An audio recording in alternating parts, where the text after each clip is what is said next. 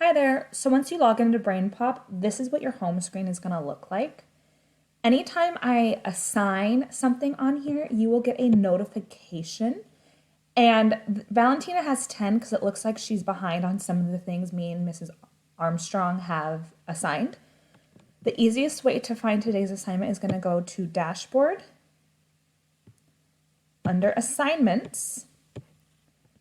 Oh, you can see her overdue assignments and then her current assignments. So for today, I want her to work on branches of government. So she can click on that. And you will first watch the movie, just click go.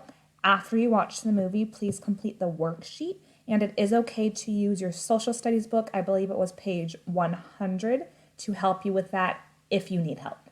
Okay, so hopefully that is helpful. Let me know if you have any other questions. And